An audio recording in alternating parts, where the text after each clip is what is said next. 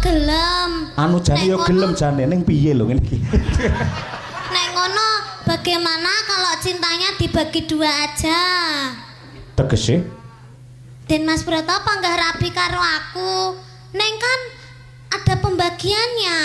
Dadi separo kanggo Suminten, separo kanggo Cempluk. cempluk. Dadi yen Senin, Selasa, Rebo nggih cempluk, terus Kemis Jumat, Setu kanggo Suminten. Minggu karo aku. Ora kowe mung Jumat, Setu tok. Ora iso.